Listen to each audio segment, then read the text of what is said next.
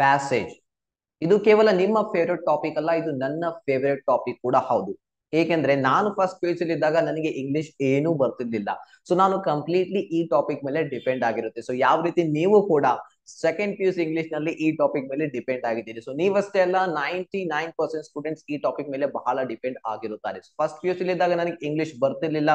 So ಕೆಲವು ಬಾರಿ internal exams ನಲ್ಲಿ, ಪೇಪರ್ಸ್ ನಲ್ಲಿ, ಎಕ್ಸಾಮ್ಸ್ ನಲ್ಲಿ ಈ ಟಾಪಿಕ್ ಬರ್ಲಿಲ್ಲ ಅಂದ್ರೆ ಕೆಲವು ಬಾರಿ ಫೇಲ್ ಕೂಡ ನಾನು ಆಗ್ತಿದ್ದೆ. ಬಟ್ ಇವತ್ತು ನನಗೆ ಇಂಗ್ಲಿಷ್ ಬರುತ್ತೆ. ಇಂಗ್ಲಿಷ್ ಬರೋದಷ್ಟೇ ಅಲ್ಲ, ನಾನು ಬೇರೆಯವ್ರಿಗೆ ಇಂಗ್ಲಿಷ್ ಟೀಚ್ ಕೂಡ ಈಗ ಮಾಡ್ತೀನಿ. ನನಗೆ ಆಗಿರುವಂತಹ ಕೋರ್ಸಸ್ ಕೂಡ ಇವೆ. So that is okay. But ಈಗ ನಾನು ನಿಮ್ಗೆ second P U C English paper ನಲ್ಲಿ ಯಾವ ರೀತಿ ಪ್ಯಾಸೇಜ್ ನಲ್ಲಿ 10 ಔಟ್ ಆಫ್ 10 ಸ್ಕೋರ್ ಮಾಡಬೇಕು ಅದನ್ನ ಕಲಿಸ್ಲಿಕ್ಕೆ ಹೋಗ್ತಾ ಇದ್ದೀನಿ. ಇದು 10 ಮಾರ್ಕ್ಸ್ ನ ಟಾಪಿಕ್. ಸೊ ಬಹಳ ಈಸಿ ಆಗಿರುವಂತಹ ವೆರಿ ಈಸಿ ಟಾಪಿಕ್ ಇರುತ್ತೆ. ಬಟ್ ಈ ಒಂದು ಟಾಪಿಕ್ ನಲ್ಲಿ 10 ಔಟ್ ಆಫ್ 10 ನೀವು ತೆಗೆದುಕೊಳ್ಬೇಕಂದ್ರೆ ಸರಿಯಾದಂತಹ ಪ್ರಾಸೆಸ್ ಅನ್ನ ಫಾಲೋ ಮಾಡ್ಬೇಕು. ನಾನು ಫಸ್ಟ್ ಪಿ ಯು ಸಿ ಇದ್ದಾಗ ಯಾವ ಮೆಥಡ್ ಅನ್ನ ಫಾಲೋ ಮಾಡ್ತಿದ್ದೆ, ಸೊ ಆ ಮೆಥಡ್ ಅನ್ನ ಇವತ್ತು ಈ ವಿಡಿಯೋದಲ್ಲಿ ಶೇರ್ ಮಾಡ್ಲಿಕ್ಕೆ ಹೋಗ್ತಾ ಇದ್ದೀನಿ. ಸೊ ನನಗೆ 3 ಪವರ್ಫುಲ್ ಟಿಪ್ಸ್ ಅನ್ನ ಕೊಡ್ಲಿಕ್ಕೆ ಹೋಗ್ತಾ ಇದ್ದೀನಿ. ಸೊ ಆ ಪವರ್ಫುಲ್ ಟಿಪ್ಸ್ ಅನ್ನ ನೀವು ಸರಿಯಾಗಿ ಇಂಪ್ಲಿಮೆಂಟ್ ಮಾಡಿದ್ರೆ ಡೆಫಿನೆಟ್ಲಿ ನಿಮ್ಗೆ 10 ಔಟ್ ಆಫ್ 10 ತಗೊಳ್ಳೋದು ಡಿಫಿಕಲ್ಟ್ ಅಂತ ಹೇಳ್ಬಹುದು. ಬಟ್ 8 to 9 ಮಿನಿಮಮ್ ನೀವು ತೆಗೆದುಕೊಳ್ತೀರಾ. ಸೊ ಬನ್ನಿ ಹಾಗಾದ್ರೆ ಆ ಟಿಪ್ಸ್ ಅನ್ನ ನೋಡೋಣ. So here are the 3 powerful tips. So 3 powerful tips to get 10 out of 10. So number one tip ಅನ್ನ ನಾನು ಹೇಳೋದಕ್ಕಿಂತ ಮುಂಚಿತವಾಗಿ, ಸೊ ನೀವು ನನಗೆ ಹೇಳಿ, ನಿಮ್ಗೆ ಕ್ವಶನ್ ಪೇಪರ್ ಕೊಟ್ಟಾಗ ಪ್ಯಾಸೇಜ್ ಕ್ವಶನ್ ಬಂದಾಗ ನೀವು ಮೊದಲು ಏನ್ ಮಾಡ್ತೀರಾ? ಇಡೀ ಪ್ಯಾಸೇಜ್ ಅನ್ನ ಓದ್ತೀರಾ. ಸೊ ಇದು ಮಿಸ್ಟೇಕ್, ಬ್ಲಂಡರ್. ಈ ಬ್ಲಂಡರ್ ಅನ್ನ ಮಾಡಬೇಡಿ. ಸೊ ಈ ಬ್ಲಂಡರ್ ಮಾಡೋದ್ರಿಂದ ಮೊದಲೇ ನಿಮ್ಗೆ ಇಂಗ್ಲಿಷ್ ಅರ್ಥ ಆಗೋದಿಲ್ಲ. ಸೊ ಓದ್ತಾ ಹೋದ್ರೆ ಇಡೀ ಪ್ಯಾಸೇಜ್ ಓದ್ಲಿಕ್ಕೆ 5 to 6 ಮಿನಿಟ್ಸ್ ತಗೊಂತೀರಾ, ಏನು ಅರ್ಥ ಆಗೋದಿಲ್ಲ ಎಂಡ್ ನಲ್ಲಿ. ಸೊ 5 to 6 ಮಿನಿಟ್ಸ್ ವೇಸ್ಟ್ ಆಯ್ತು. ಸೊ ನನ್ನ ಪ್ರಕಾರ ನಿಮ್ಮ ಫಸ್ಟ್ ಸ್ಟೆಪ್ ಏನಾಗಿರ್ಬೇಕು ಅಂದ್ರೆ read the questions first. So directly passage ನ ಹಿಂದ್ಗಡೆ ಹೋಗಿ ಕೊಟ್ಟಿರುವಂತಹ ಕ್ವಶನ್ಸ್ ಅನ್ನ ಫಟಾಫಟ್ ಆಗಿ ಓದಿ, ನಂತರ ಪ್ಯಾಸೇಜ್ ಬಂದು ಓದಿ. ಸೊ ಇದು ಇದು ಸ್ಟೆಪ್ ನಂಬರ್ 1. ಇದನ್ನ ನೀವು ಫಾಲೋ ಮಾಡಬೇಕು. ಅಂಡ್ ಈ ಟಾಪಿಕ್ ನಲ್ಲಿ ನಿಮ್ಗೆ 10 ಔಟ್ ಆಫ್ 10 ಬರ್ಬೇಕಂದ್ರೆ ಕೆಲವೊಂದು ವರ್ಡ್ಸ್ ಇವೆ. So you need to understand the meaning of certain words. ಕೆಲವು ವರ್ಡ್ಸ್ ಗಳಿವೆ, ಆ ವರ್ಡ್ಸ್ ಗಳ ಮೀನಿಂಗ್ ನಿಮ್ಗೆ ಗೊತ್ತಿರಲೇಬೇಕು. ಆ ವರ್ಡ್ಸ್ ಗಳು ಯಾವುದು ಬಹಳ ಸಿಂಪಲ್ ಇವೆ, ಮುಂದಿನ ಸ್ಲೈಡ್ ಅಲ್ಲಿ ನಿಮ್ಗೆ ತೋರಿಸ್ತೀನಿ. ಅಂಡ್ ಥರ್ಡ್ ಟಿಪ್ ಏನು ಅಂದ್ರೆ, you need to understand or identify the keyword in the question. So question ಅಲ್ಲಿ ಒಂದು ಕೀವರ್ಡ್ ಇರುತ್ತೆ. ಆ ಕ್ವಶನ್ ಅಲ್ಲಿ ಇರುವಂತಹ ಕೀವರ್ಡ್ ಅನ್ನ ಫೈಂಡ್ ಔಟ್ ಮಾಡಿ, ಗುರುತಿಸಿ, ಕಂಡು ಹಿಡಿದು ಅದನ್ನ ನೀವು ಪ್ಯಾಸೇಜ್ ನಲ್ಲಿ ಹುಡುಕ್ಬಿಟ್ರೆ ನಿಮ್ಗೆ ಆನ್ಸರ್ ಸಿಕ್ಕಿದೆ ಅಂತ ಅನ್ಕೊಂಡ್ಬಿಡಿ. ಸೊ ಅಷ್ಟು ಈಸಿ ಇದೆ ಇದು. ಈ 3 ಪವರ್ಫುಲ್ ಟಿಪ್ಸ್ ಅನ್ನ ನಾವೀಗ ಇಂಪ್ಲಿಮೆಂಟ್ ಮಾಡೋಣ, ಒಂದು ಕ್ವಶನ್ ಅನ್ನ ಸಾಲ್ವ್ ಮಾಡೋಣ. ಸೊ ಇದು ನೀವು ನಿಮ್ಮ ಪ್ರಿಪರೇಟರಿ, ಎನ್ಯುವಲ್ ಎಕ್ಸಾಮ್, ಎಲ್ಲ ಎಕ್ಸಾಮ್ಸ್ ನಲ್ಲಿ, ಈವನ್ ಫ್ಯೂಚರ್ ಡಿಗ್ರಿ ಎಕ್ಸಾಮ್ಸ್ ನಲ್ಲಿ ಕೂಡ ಪ್ಯಾಸೇಜ್ ಇರುತ್ತೆ, ಅಲ್ಲಿ ನೀವು ಇದನ್ನ ಯೂಸ್ ಮಾಡಬಹುದು. ಸೊ ಬನ್ನಿ ಹಾಗಾದ್ರೆ ಈಗ ನಾವು ನೋಡೋಣ. ಸೊ ಕ್ವಶನ್ ಅನ್ನ ನೋಡೋದಕ್ಕಿಂತ ಮುಂಚಿತವಾಗಿ ನಾವು ಕೆಲವೊಂದು ಪದಗಳ ಮೀನಿಂಗ್ ಅನ್ನ ಅರ್ಥ ಮಾಡ್ಕೊಳ್ಳೋಣ. ಸೊ ಹಾಗಾದ್ರೆ ಬನ್ನಿ, let's understand the meaning of the following words. ಈ ಪದಗಳು ಬಹಳ ಸಿಂಪಲ್ ಇವೆ, ನಿಮ್ಗೆ ಈಗಾಗಲೇ ಗೊತ್ತಿದ್ರೆ ಬಹಳ ಈಸಿಯಾಗಿ ಈ ಕ್ವಶನ್ ಅನ್ನ, ಪ್ಯಾಸೇಜ್ ಅನ್ನ ಸಾಲ್ವ್ ಮಾಡಬಹುದು. ಬಟ್ ಗೊತ್ತಿಲ್ಲ ಅಂದ್ರೆ ಸ್ವಲ್ಪ ಡಿಫಿಕಲ್ಟ್ ಆಗುತ್ತೆ. ಸೊ ಹಾಗಾಗಿ ಅರ್ಥ ಮಾಡ್ಕೊಳ್ಳಿ, ಬಹಳ ಫಾಸ್ಟ್ ಆಗಿ ಅಂಡ್ ಬಹಳ ಸಿಂಪಲ್ ಆಗಿ ಹೇಳಿಕ್ ನಾನು ಟ್ರೈ ಮಾಡ್ತೀನಿ. ಸೊ ಈ ಹೂ ಅನ್ನುವಂತಹ ಪದ ನೀವು ಕೇಳಿಲ್ವಾ? ಇದಕ್ಕೆ WH ವರ್ಡ್ ಅಂತ ಕೂಡ ಕರಿತೀವಿ. Who, what and why, where, how, ಬಹಳ ಸಿಂಪಲ್ ಇವೆ. ಸೊ ಇದನ್ನ ನೀವು ಜಸ್ಟ್ ಕೇಳಿಲ್ಲ, ಇದನ್ನ ಯೂಸ್ ಮಾಡ್ತಿದ್ವಿ. ಬ್ರೋಕರ್ ಇಂಗ್ಲಿಷ್ ಏನ್ ಮಾತಾಡ್ತಿರಲ್ಲ ಅಲ್ಲಿ ಯೂಸ್ ಕೂಡ ಮಾಡ್ತೀರಿ. ಯಾವ ರೀತಿ ಅಂದ್ರೆ, ಹೂ ಅಂದ್ರೆ ಹೂ ಆರ್ ಯು, ಯಾರು ನೀನು. ವಾಟ್ ಅಂದ್ರೆ ವಾಟ್ಸ್ ಯುವರ್ ನೇಮ್, ಏನು ನಿನ್ನ ಹೆಸರು. Why didn't you call me, ನೀನು ಯಾಕೆ ನನಗೆ ಕಾಲ್ ಮಾಡಿಲ್ಲ. ವೇರ್ ಆರ್ ಯು, ನೀನು ಎಲ್ಲಿದೀಯಾ. How are you all, let me know in the chat box ನಲ್ಲಿ ತಿಳಿಸಿ ಯಾವ ರೀತಿ ಇದ್ದೀರಾ ಅಂತ ಹೇಳಿ. ಸೊ ಇದು ಆಯ್ತು 5 ವರ್ಡ್ಸ್. ಇನ್ನು 5 ವರ್ಡ್ಸ್ ಕೂಡ ಇವೆ. ಸೊ ಅವಿರಂದ್ರೆ when and which and how much, whom and whose. So ಇದರ ಮೀನಿಂಗ್ ಕೂಡ ಅರ್ಥ ಮಾಡ್ಕೊಳ್ಳಿ. ವೆನ್ ಅನ್ನೋದು ಬಹಳ ಸಿಂಪಲ್, ಇದನ್ನ ನೀವು ಯೂಸ್ ಮಾಡಿದಿರಿ, ಜಸ್ಟ್ ನಾನು ನಿಮ್ಗೆ ನೆನಪಿಸ್ತಾ ಇದ್ದೀನಿ. ಸೊ ನಿಮ್ಮ ಫ್ರೆಂಡ್ಗೆ ನೀವು ಅಥವಾ ಫ್ರೆಂಡ್ಸ್ಗೆ ಕೇಳಿಲ್ವಾ ವೆನ್ ಇಸ್ ಯುವರ್ ಬರ್ತ್ಡೇ ಅಂತ ಹೇಳಿ, ನಿನ್ನ ಬರ್ತ್ಡೇ ಯಾವಾಗ ಇದೆ. So which is your favourite movie ಅಂತ ನೀವು ಯಾರಿಗೂ ಕೇಳಿಲ್ವಾ, ಯಾವುದು. ಹೌ ಮಚ್ ಅಂದ್ರೆ how much money do you have, ಎಷ್ಟು ಹಣ ಇದೆ ನಿನ್ನ ಹತ್ರ. ಹೂಮ್ ಅಂದ್ರೆ whom do you love, ನೀನು ಯಾರನ್ನ ಪ್ರೀತಿಸ್ತೀಯ. ಹೂಸ್ ಅಂದ್ರೆ ಹೂಸ್ ಮೊಬೈಲ್ ಇಸ್ ಇಟ್, ಇದು ಯಾರ ಮೊಬೈಲ್. ಸೊ ಇದು ಈ ಪದಗಳ ಮೀನಿಂಗ್. ಪಾಸ್ ಮಾಡಿ, ಸ್ಕ್ರೀನ್ ಶಾಟ್ ತಗೊಳ್ಳಿ ಅಂಡ್ ನೆನಪಿಟ್ಕೊಳ್ಳಿ. ಸೊ ನಿಮ್ಮೆಲ್ಲರಿಗೂ ಗೊತ್ತಿದೆ ಅಂತ ಅನ್ಕೊಳ್ತೀನಿ. ಸೊ ಬನ್ನಿ ಮುಂದೆ ನಾವು ಹೋಗೋಣ. ಈಗ ನಾವು ಪ್ರಶ್ನೆಯನ್ನ ನೋಡೋಣ. ಸೊ ಈ ರೀತಿ ಕ್ವಶನ್ ಪೇಪರ್ ನಲ್ಲಿ ಕೊಟ್ಟಿರ್ತಾರೆ, read the following passage and answer the question set on it. 10 marks ಗೆ ಇರುತ್ತೆ. So very important. ಸೊ ಈ ರೀತಿ ಕ್ವಶನ್ ಇರುತ್ತೆ. ಸೊ ಕ್ವಶನ್ ನೋಡಿ ಶಾಕ್ ಆಗ್ಬೇಡಿ. ಸೊ ಇಷ್ಟೇ ಇಲ್ಲ, ಇನ್ನು ಬಹಳ ದೊಡ್ಡದಿದೆ ಕ್ವಶನ್. ಫಾಂಟ್ ಸೈಜ್ ಸ್ಮಾಲ್ ಮಾಡಿದ್ರೆ ನಿಮ್ಗೆ ಕಾಣಿಸೋದಿಲ್ಲ, ಹಾಗಾಗಿ 2-3 ಸ್ಲೈಡ್ಸ್ ನಾನು ಇದನ್ನ ಫಿಟ್ ಮಾಡಿದ್ದೀನಿ. ಸೊ ಸೆಕೆಂಡ್ ಸ್ಲೈಡ್ ನೋಡಿ, ಇದು ಕ್ವಶನ್ ಹೌದು ಅಂಡ್ ಇದು ಕೂಡ ಕ್ವಶನ್ ಹೌದು. ಸೊ ಇಲ್ಲಿವರೆಗೆ ಇದೆ.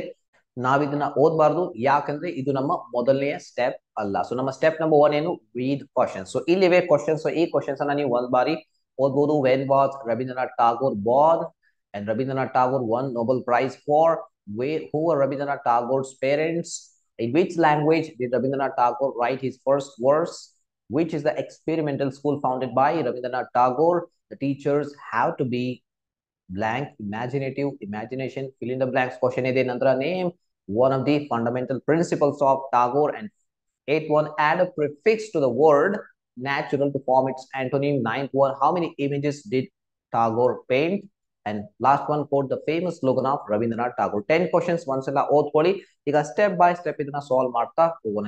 ಈ 10 ಕ್ವಶನ್ಸ್ ಓದ್ಲಿಕ್ಕೆ ನಿಮ್ಮ 1 ನಿಮಿಷನೂ ಕೂಡ ಹೋಗೋದಿಲ್ಲ. ಸೊ ಬನ್ನಿ ಈಗ ನಾವು ಸ್ಟೆಪ್ ಬೈ ಸ್ಟೆಪ್ ಇದನ್ನ ನೋಡ್ತಾ ಹೋಗೋಣ. ಸೊ ಮೊದಲು ನಾನಿಲ್ಲಿ read the following passage, answer questions on it, 10 marks ಇರುತ್ತೆ. ಸೊ ಈ ರೀತಿ ಫಸ್ಟ್ ಪ್ಯಾರಾಗ್ರಾಫ್ ಅನ್ನ ನಾನು ಇಲ್ಲಿ ತೆಗೆದುಕೊಂಡಿದ್ದೀನಿ. ಸೊ ಇದು ಆ ಒಂದು ಪ್ಯಾಸೇಜ್ ನ ಫಸ್ಟ್ ಪ್ಯಾರಾಗ್ರಾಫ್. ಸೊ ಅದ್ರ ಮೇಲೆ ನಾನು 3 ಕ್ವಶನ್ಸ್ ಅನ್ನ ಇಲ್ಲಿ ಕೊಟ್ಟಿದ್ದೀನಿ ನಿಮ್ ಕೆಳಗಡೆ. So question number 1, question number 2 and question number 3. So ಈ ಕ್ವಶನ್ಸ್ ಓದಿ ಆನ್ಸರ್ ಹುಡುಕ್ಲಿಕ್ಕೆ ಸ್ಟಾರ್ಟ್ ಮಾಡಿ. ಸೊ ಮೊದಲನೇ ಕ್ವಶನ್ ಏನಿದೆ, when was Rabindranath Tagore born? So ಇಲ್ಲಿ ವೆನ್ ಅನ್ನೋದರ ಮೀನಿಂಗ್ ಏನು, ಯಾವಾಗ. ರವೀಂದ್ರನಾಥ್ ಟಾಗೋರ್ ಅವರು ಯಾವಾಗ ಹುಟ್ಟಿದ್ರು, ಅಂದ್ರೆ ಅವರ ಬರ್ತ್ಡೇ ಯಾವಾಗ ಇದೆ. ಸೊ ಅದನ್ನ ನಾವಿಲ್ಲಿ ಹುಡುಕ್ಬೇಕು. ಸೊ ಬಾರ್ನ್ ಅನ್ನುವಂಥದ್ದು ಇಲ್ಲಿ ಕೀವರ್ಡ್. ನಾನು ಹೇಳಿದ್ದೆ ಕೀವರ್ಡ್ ಅನ್ನ ಐಡೆಂಟಿಫೈ ಮಾಡ್ಬೇಕು. ಇಲ್ಲಿ ಬಾರ್ನ್ ಅನ್ನೋದು ಕೀವರ್ಡ್. ಇದನ್ನ ನಾವು ಈಗ ಪ್ಯಾಸೇಜ್ ನಲ್ಲಿ ಕಂಡುಹಿಡಿಬೇಕು. ಸೊ ಅದಕ್ಕೆ ಏನ್ ಮಾಡೋಣ, ಪ್ಯಾಸೇಜ್ ಅನ್ನ ಓದ್ತಾ ಹೋಗೋಣ. ಸೊ ಬನ್ನಿ ಈಗ ಪ್ಯಾಸೇಜ್ ಅನ್ನ ನಾವು ಓದೋದನ್ನ. Rabindranath Tagore was a legendary poet. He was a polymath, philosopher, musician, composer, writer, painter, social reformer, and an educationist ಅವರು ಆಗಿದ್ರು. He became the first Asian to win the Nobel Prize in 1913 for his collection of poems, Gitanjali. Gitanjali ಅವರಿಗೆ Nobel Prize ಸಿಕ್ತು. He wrote our national anthem and is the world's only poet whose songs are the anthem of two free nations. So ಇಲ್ಲಿ born ಅನ್ನುವಂತ word ಎಲ್ಲಾದ್ರೂ ಬಂದಿದೆಯಾ? So ಬಂದಿಲ್ಲ. So ಹಾಗಾದ್ರೆ ಈ paragraph ನಲ್ಲಿ ಈ ಪ್ರಶ್ನೆಗೆ ಆನ್ಸರ್ ಇಲ್ಲ. ಯೂಶುವಲಿ ಏನಾಗುತ್ತೆ ನೋಡಿ, ಆನ್ಸರ್ ನಿಮ್ಗೆ ಸೀಕ್ವೆನ್ಸ್ ನಲ್ಲಿ ಸಿಗ್ತಾ ಹೋಗುತ್ತೆ. ಫಸ್ಟ್ ಕ್ವಶನ್ ಗೆ ಫಸ್ಟ್ 2 ಕ್ವಶನ್ಸ್ ಗೆ ಫಸ್ಟ್ ಪ್ಯಾರಾಗ್ರಾಫ್ ನಲ್ಲಿ, ಥರ್ಡ್ ಫೋರ್ ಗೆ ನೆಕ್ಸ್ಟ್ ಪ್ಯಾರಾಗ್ರಾಫ್ ನಲ್ಲಿ, ಈ ರೀತಿ ಸಿಗುತ್ತೆ. ಬಟ್ ಇಲ್ಲಿ ಕೆಲವು ಬಾರಿ ಪಿ ಯು ಬೋರ್ಡ್ ಕನ್ಫ್ಯೂಸ್ ಮಾಡ್ಲಿಕ್ಕೆ ಒಂದೆರಡು ಕ್ವಶನ್ಸ್ ಹಿಂದೆ ಮುಂದೆ ಕೂಡ ಕೊಡಬಹುದು. ಸೊ ಹಾಗಾಗಿ ನೋಡಿ, ಫಸ್ಟ್ ಪ್ಯಾರಾಗ್ರಾಫ್ ನಲ್ಲಿ ಮೊದಲನೇ ಕ್ವಶನ್ ಗೆ ಆನ್ಸರ್ ಇಲ್ಲ. ಇದರರ್ಥ ಸೆಕೆಂಡ್ ಥರ್ಡ್ ಕ್ವಶನ್ಗೂ ಕೂಡ ಇಲ್ಲಿ ಆನ್ಸರ್ ಇಲ್ಲ ಅಂತ ಅಲ್ಲ, ಇರಬಹುದು. ಸೊ ನೀವು ಅದನ್ನ ಹುಡುಕ್ಬೇಕು. Ravindranath Tagore won the Nobel Prize. He won Nobel Prize for. Nobel Prize ಅನ್ನ ಗೆದ್ರು. ಇದು ಬಂದಿತ್ತಾ? ಇಲ್ಲಿ ಕೀವರ್ಡ್ ಏನಿದೆ, Nobel Prize. ಸೊ ಇಲ್ಲಿ ಇದು ಬಂದಿತ್ತು, win the Nobel Prize in 1930. ಇಲ್ಲಿ ಇನ್ ಅಂತ ಕೊಟ್ಟಿಲ್ಲ. ಇನ್ ಅಂತ ಕೊಟ್ಟಿದ್ರೆ ನಾವು ಟೈಮ್ ಹಾಕ್ತಿದ್ವಿ. 1930 ನಲ್ಲಿ ಅವರು ಅದು ನೊಬೆಲ್ ಪ್ರೈಸ್ ಅವರಿಗೆ ಸಿಕ್ತು. ಬಟ್ ಇಲ್ಲಿ ಫಾರ್ ಹಾಕಿದ್ದಾರೆ. ಸೊ ಫಾರ್ ಅಂದ್ರೆ ಯಾವುದಕ್ಕಾಗಿ ಸಿಕ್ತು. ಸೊ ಫಾರ್ ಹೀಸ್, ನೋಡಿ ಫಾರ್ ಇದೆ, ಅದರ ಮುಂದೆ ಆನ್ಸರ್ ಇದೆ. ಹೀಸ್ ಕಲೆಕ್ಷನ್ ಆಫ್ ಪೋಯಮ್ಸ್, ಅದರ ಹೆಸರಿದೆ ಗೀತಾಂಜಲಿ. ಸೊ ಇಲ್ಲಿ ಗೀತಾಂಜಲಿ ಅನ್ನುವಂಥದ್ದು ಆನ್ಸರ್. ಸೊ ಅದನ್ನ ಏನ್ ಮಾಡ್ಬೇಕೀಗ, ಅದನ್ನ ಇಲ್ಲಿ ತೆಗೆದುಕೊಂಡು ಬಂದು ಬರಿಬೇಕು. ಸರಿಯಾಗಿ ಬರಿಬೇಕು, ಸ್ಪೆಲ್ಲಿಂಗ್ ಮಿಸ್ಟೇಕ್ ಮಾಡಬೇಡಿ. ಗೀತಾಂಜಲಿ ಹೋಗಿ ಗೀತಾ ಬರೋದ್ರೆ ಮಾರ್ಕ್ಸ್ ಸಿಗೋದಿಲ್ಲ. ಗೀತಾಂಜಲಿ ಅಂತ ಹೇಳಿ ಕಂಪ್ಲೀಟ್ ಆಗಿ ಬರಿಬೇಕು. ಸೊ ಹಾಗಾದ್ರೆ ಅದನ್ನ ಈಗ ಕೆಳಗಡೆ ಇಳಿಸೋಣ. ಗೀತಾಂಜಲಿ ಅನ್ನೋದು right answer. So third question, who are Rabindranath Tagore's parents? ಇಲ್ಲಿ ಟಾಗೋರ್ಸ್ ಪೇರೆಂಟ್ಸ್ ಅಂತ ಏನಾದ್ರು ಬಂದಿದ್ಯಾ? ಈ ಪ್ಯಾರಾಗ್ರಾಫ್ ನಲ್ಲಿ ಬಂದಿಲ್ಲ. ಸೊ ಹಾಗಾದ್ರೆ ಆನ್ಸರ್ ಈ ಪ್ಯಾರಾಗ್ರಾಫ್ ನಲ್ಲಿ ಇಲ್ಲ. ಸೊ ಬನ್ನಿ ನೆಕ್ಸ್ಟ್ ಪ್ಯಾರಾಗ್ರಾಫ್ ಹೋಗೋಣ. ಸೊ ಇಲ್ಲಿ ನಾನು ಫೋರ್ತ್ ಕ್ವಶನ್ ಕೂಡ ಆಡ್ ಮಾಡಿದೀನಿ. ಸೊ ಪ್ಯಾಸೇಜ್ ನ ನೆಕ್ಸ್ಟ್ ಪ್ಯಾರಾಗ್ರಾಫ್ ಇಲ್ಲಿದೆ. ಸೊ ಅದನ್ನ ಓದಿ ಆನ್ಸರ್ ಹುಡುಕ್ಲಿಕ್ಕೆ ಟ್ರೈ ಮಾಡಿ. ರವೀಂದ್ರನಾಥ್ ಟಾಗೋರ್ ವಾಸ್ ಬಾರ್ನ್, ಇಲ್ಲಿದೆ ಬಾರ್ನ್. ಸೊ ಹಾಗಾದ್ರೆ ಇದ್ರ ಮುಂದೆ ಏನ್ ಕೇಳಿದ್ದಾರೆ, ವೆನ್ ಕೇಳಿದ್ದಾರೆ. ವೆನ್ ಅಂದ್ರೆ ಯಾವಾಗ. ಇದು ನಿಮ್ಗೆ ಮೀನಿಂಗ್ ಗೊತ್ತಿಲ್ಲ ಅಂದ್ರೆ ನೀವೇನ್ ಮಾಡ್ಬೋದು, ಕಲ್ಕತ್ತಾ ಅಂತ ಬರೀಬಹುದು, ಕಲ್ಕತ್ತಾದಲ್ಲಿ ಹುಟ್ಟಿದ್ರು ಅಂತ ಹೇಳಿ. ಬಟ್ ಅವರು ವೇರ್ ಅಂತ ಕೇಳಿಲ್ಲ. ವೇರ್ ಅಂದ್ರೆ ಎಲ್ಲಿ, ವೆನ್ ಅಂತ ಕೇಳಿದ್ದಾರೆ. ಸೊ ಹಾಗಾಗಿ ಏನ್ ಮಾಡ್ಬೇಕು, 7th May 1861 ಗೆ ಅವರು ಹುಟ್ಟಿದ್ರು. ಸೊ ಆ ಡೇಟ್ ಅನ್ನ ನಾವು ಈಗ ಬರಿಬೇಕು. ಸೊ ಅದನ್ನ ಕೆಳಗಡೆ ಇಳಿಸೋಣ. ಸೊ ನೀವು ನಿಮ್ಮ ಆನ್ಸರ್ ಪೇಪರ್ ನಲ್ಲಿ ಆ ನಂಬರ್ ಹಾಕಿ, ABCD ಕೊಟ್ರೆ ABCD ಅದನ್ನ ಹಾಕ್ಬೇಕು, ಇಲ್ಲಾಂದ್ರೆ ರೋಮನ್ ನಂಬರ್ 1 2 ಕೊಟ್ರೆ ಅದನ್ನ ಹಾಕ್ಬೇಕು, ಇಲ್ಲಾಂದ್ರೆ ಸೀರಿಯಲ್ ನಂಬರ್ 1 2 3 ಕೊಟ್ರೆ ಆ ನಂಬರ್ ಹಾಕಿ ಅದ್ರ ಮುಂದೆ ಸರಿಯಾಗಿ ಬರಿಬೇಕು. ಅದ್ ಬರೆಯುವಾಗ ಕಣ್ಣು ಮುಚ್ಚಿ ಬರೀಬಾರ್ದು, ಯಾಕಂದ್ರೆ ಸ್ಪೆಲ್ಲಿಂಗ್ ಮಿಸ್ಟೇಕ್ಸ್ ಆಗುತ್ತೆ. ಸರಿಯಾಗಿ ನೋಡಿ, ಪ್ಯಾಸೇಜ್ ನಲ್ಲಿ ಯಾವ ರೀತಿ ಇದೆ ಅದೇ ರೀತಿ ಬರೀರಿ. ಮಾರ್ಕ್ಸ್ ಕಟ್ ಆಗೋದಿಲ್ಲ, ಮಾರ್ಕ್ಸ್ ಕಳ್ಕೊಳ್ಳೋದಿಲ್ಲ. ಓಕೆ, ನೆಕ್ಸ್ಟ್ ಕ್ವಶನ್ ನಮ್ಗೆ ಆನ್ಸರ್ ಸಿಕ್ತು. ನೆಕ್ಸ್ಟ್ ಕ್ವಶನ್ ಓದಿ ನಾವು ಮುಂದೆ ಓದ್ಲಿಕ್ಕೆ ಕಂಟಿನ್ಯೂ ಮಾಡೋಣ. ಹೂ, ಥರ್ಡ್ ಕ್ವಶನ್. ಹೂ ಅಂದ್ರೆ ಯಾರು, ಹೂ ಆರ್ ಯು, ನೀನು ಯಾರು, ಅದನ್ನ ಕೇಳಿಕ್ ಯೂಸ್ ಮಾಡ್ತೀವಿ. Who are Rabindranath Tagore's parents? Rabindranath Tagore ಅವರ ಪೇರೆಂಟ್ಸ್ ಯಾರು? ಸೊ ಇಲ್ಲಿಂದ ಓದೋಣ. ಇನ್ Calcutta, now Kolkata, Devendranath Tagore and Sharada Devi. Devendranath Tagore and Sharada Devi. So ಇದು ವ್ಯಕ್ತಿಗಳ ಹೆಸರು. ಸೊ ಇದು ಅವರ ಪೇರೆಂಟ್ಸ್ ನ ಹೆಸರು. ಸೊ ಇಲ್ಲಿದೆ ಆನ್ಸರ್. ಸಿಂಪಲ್ ಅದನ್ನ ಕೆಳಗಡೆ ತೊಗೊಂಬರೋಣ. Debendranath Tagore and Sarada Devi. Spelling mistakes ಮಾಡಬೇಡಿ, ಸರಿಯಾಗಿ ನೋಡಿ ಬರಿಬೇಕು. ಕ್ಲಿಯರ್? 3 ಕ್ವಶನ್ಸ್ ಗೆ ಆನ್ಸರ್ ಸಿಕ್ಕಿವೆ. ಸೊ ಹಾಗಾದ್ರೆ 4th ಕ್ವಶನ್ ಓದಿನೇ ನಾವು ಓದ್ಲಿಕ್ಕೆ ಕಂಟಿನ್ಯೂ ಮಾಡಬೇಕು. ಸ್ಟೆಪ್ಸ್ ನಾನು ಫಾಲೋ ಮಾಡಿ. Process is important. 4ನೇ ಕ್ವಶನ್ ಓದಿ. In which language did Rabindranath Tagore write his first verse? In which language ಅಂದ್ರೆ ಯಾವ ಭಾಷೆ. which ಅನ್ನುವಂತ ಪದದ ಮೀನಿಂಗ್ ನಿಮಗೆ ತೋರಿಸಿದೆ ಬಿಗಿನಿಂಗ್ ನಲ್ಲಿ. which language ಅಂದ್ರೆ ಯಾವ ಭಾಷೆ. ಇಲ್ಲಿ ಬನ್ನಿ, ಕೀವರ್ಡ್ ಇದೆ first words. write his first verse. ಅವರ ಮೊದಲ ಕವಿತೆಯನ್ನು ಯಾವ ಭಾಷೆಯಲ್ಲಿ ಬರೆದರು. ಸೊ ಬನ್ನಿ ಇಲ್ಲಿ ಹತ್ರ ಓದೋಣ. He was the 14th child of his parents. He lost his mother at an early age, hence was brought up by his servants. His early education began at home. At the age of 8, he wrote his first verse. ಇಲ್ಲಿ the keyword. He wrote his first verse in Bengali. ಸರಿಯಾಗಿ ಓದಿ. ಬೆಂಗಾಲಿ. ನೀವು Bengali ಬಿಟ್ಬಿಟ್ಟಿದೆ, skip ಮಾಡ್ಬೋದು, ನೀವು neglect ಮಾಡ್ಬೋದು, ignore ಮಾಡ್ಬೋದು. ಸರಿಯಾಗಿ ಓದಿ. ಬೆಂಗಾಲಿ ಅನ್ನೋದು ಇಲ್ಲಿ ಒಂದು ಭಾಷೆ ಹೆಸರು. ಯಾವ ಭಾಷೆಯಲ್ಲಿ ಬರೋದು? ಬೆಂಗಾಳಿಯಲ್ಲಿ. ಅದರ ಕೆಳಗಡೆ ತರೋಣ. This is the right answer. So ನಮ್ಮ ಸೆಕೆಂಡ್ ಪ್ಯಾರಾಗ್ರಾಫ್ ನಮಗೆ 3 ಕ್ವಶನ್ ಗೆ ಆನ್ಸರ್ ಸಿಕ್ಕಿದೆ. ಸೊ ಬನ್ನಿ ಹಾಗಾದ್ರೆ ನಮ್ಮ ನೆಕ್ಸ್ಟ್ ಕ್ವಶನ್ಸ್ ನಾವು ನೋಡೋಣ. ಸೊ ನೆಕ್ಸ್ಟ್ ಕ್ವಶನ್ಸ್ ಇಲ್ಲಿದೆ. ಸೊ ಈ ಪ್ಯಾರಾಗ್ರಾಫ್ ನಲ್ಲಿ ನಾನು ಹುಡುಕಿದ್ದೀನಿ, ಯಾವ ಕ್ವಶನ್ ಗೆ ಆನ್ಸರ್ ಇಲ್ಲ. ಸೊ ಹಾಗಾಗಿ ನಾನು ಜಸ್ಟ್ ನಿಮ್ಗೆ ತೋರಿಸಿದೀನಿ. ಬಟ್ ನಿಮ್ಗೆ ಕ್ವಶನ್ ಪೇಪರ್ ನಲ್ಲಿ ಕ್ವಶನ್ ನೀವು ಸಾಲ್ವ್ ಮಾಡುವಾಗ ನಿಮ್ಗೆ ಗೊತ್ತಿರುತ್ತಿಲ್ಲ, ಆವಾಗ ನೀವೇನ್ ಮಾಡ್ಬೇಕು? ಸೊ ಇಲ್ಲಿ ಇದಾದ ನಂತರ 4ನೇ ಕ್ವಶನ್ ಗೆ ಆನ್ಸರ್ ಸಿಕ್ಕ ನಂತರ 5ನೇ ಕ್ವಶನ್ ಓದಿ ಈ ಪ್ಯಾರಾಗ್ರಾಫ್ ಓದ್ಬೇಕು. ಒಂದ್ ವೇಳೆ ಆನ್ಸರ್ ಸಿಗ್ಲಿಲ್ಲ ಅಂದ್ರೆ ನೆಕ್ಸ್ಟ್ ಪ್ಯಾರಾಗ್ರಾಫ್ ಗೆ ಬರಬಹುದು. ಸೊ ಇಲ್ಲಿದೆ ನಮ್ಮ 5ನೆಯ question. Which is the experimental school founded by Rabindranath Tagore. So which ಅಂದ್ರೆ ಯಾವುದು? ಎಕ್ಸ್ಪೆರಿಮೆಂಟಲ್ ಸ್ಕೂಲ್ ಅನ್ನೋದು ಇಲ್ಲಿ ಕೀವರ್ಡ್. Experimental school. ಫೌಂಡೆಡ್ ಅಂದ್ರೆ ಸ್ಥಾಪಿಸಿದರು. ಫೌಂಡರ್ ಅನ್ನೋಂಥ ವರ್ಡ್ ಕೇಳಿದ್ರಲ್ಲ, ಸೊ ಅದೇ ರೀತಿ ಫೌಂಡೆಡ್. ಸೊ ಬನ್ನಿ ಈಗ ನೆಕ್ಸ್ಟ್ ಪ್ಯಾರಾಗ್ರಾಫ್ ಇಲ್ಲಿದೆ, ಅದರಲ್ಲಿ ಆನ್ಸರ್ ನಾವು ಹುಡ್ಕೋಣ. ಇನ್ 1901 ಟಾಗೋರ್ ಫೌಂಡೆಡ್. ಟಾಗೋರ್ ಅವ್ರು ಏನ್ ಮಾಡಿದ್ರು? ಫೌಂಡ್ ಅಂದ್ರೆ ಸ್ಥಾಪಿಸಿದ್ರು. ಏನ್ ಸ್ಥಾಪಿಸಿದ್ರು? an experimental school. So experimental school ಅಂತ ಹೇಳಿ ಜಸ್ಟ್ ಇಲ್ಲಿ ಬರೋದು ಸಿಗುವುದಿಲ್ಲ ಮಾರ್ಕ್ಸ್. ಎಕ್ಸ್ಪೆರಿಮೆಂಟಲ್ ಸ್ಕೂಲ್ ಅನ್ನೋದು ಕ್ವಶನ್ ನಲ್ಲೇ ಇದೆ. ಸೊ ಅದ್ರ ಮುಂದೆ ಆನ್ಸರ್ ಇದೆ ಶಾಂತಿ ನಿಕೇತನ. ಶಾಂತಿ ನಿಕೇತನ ಅನ್ನೋದು ಆನ್ಸರ್. ಸ್ಪೆಲ್ಲಿಂಗ್ ಸರಿಯಾಗಿ ಬರೀರಿ. ಸೊ ಕೆಲವೊಬ್ರು ಸ್ಪೆಲ್ಲಿಂಗ್ ನಲ್ಲಿ ಕೂಡ ಮಿಸ್ಟೇಕ್ಸ್ ಮಾಡ್ತಾರೆ. ಪ್ಯಾಸೇಜ್ ನಲ್ಲಿ ಇದೆ, ಇಲ್ಲಿ ಶಾಂತಿ ಬರೋದ್ರ ಮಾರ್ಕ್ಸ್ ಸಿಗೋದಿಲ್ಲ, ನಿಕೇತನ ಬರೋದ್ರ ಮಾರ್ಕ್ಸ್ ಸಿಗೋದಿಲ್ಲ. ಕಂಪ್ಲೀಟ್ ಆಗಿ ಶಾಂತಿ ನಿಕೇತನ ಅಂತ ಹೇಳಿ ನಿಮ್ಮ ಆನ್ಸರ್ ಶೀಟ್ ನಲ್ಲಿ ಇರಬೇಕು, ಅವಾಗ 1 ಅಂಕ ನಿಮ್ಗೆ ಸಿಗುತ್ತೆ. ಸೊ ಬನ್ನಿ ನಮ್ಮ ನೆಕ್ಸ್ಟ್ ಕ್ವಶನ್ ಓದೋದನ್ನ ಕಂಟಿನ್ಯೂ ಮಾಡೋಣ. The teachers have to be blank ಇದೆ, ಇಮ್ಯಾಜಿನೇಟಿವ್, ಇಮ್ಯಾಜಿನೇಷನ್. ಸೊ ಇದಕ್ಕೆ ಆನ್ಸರ್ ಕೆಲವು ಬಾರಿ ಪ್ಯಾಸೇಜ್ ನಲ್ಲಿ ಸಿಗುತ್ತೆ, ಬಟ್ ಕೆಲವು ಬಾರಿ ಪ್ಯಾಸೇಜ್ ನಲ್ಲಿ ಸಿಗೋದಿಲ್ಲ. ನಿಮ್ಗೆ ಇಂಗ್ಲಿಷ್ ಬರುತ್ತೆ ಅಂದ್ರೆ ನೀವು ಇದನ್ನ ಈಸಿಯಾಗಿ ಫಿಲ್ ಮಾಡಬಹುದು. ಸೊ ಇಂಗ್ಲಿಷ್ ಎನಿವೇ ನೀವು ಕಲ್ಕೊಳ್ಳಿ, ಲೈಫ್ ಲಾಂಗ್ ಯೂಸ್ ಆಗುತ್ತೆ.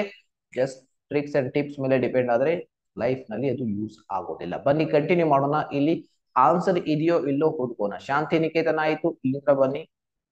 Wear he sought to blend the best of Indian and Western learning traditions, he felt the child would out to be a time of self-learning outside the rigid and restricting discipline of the formal schooling system.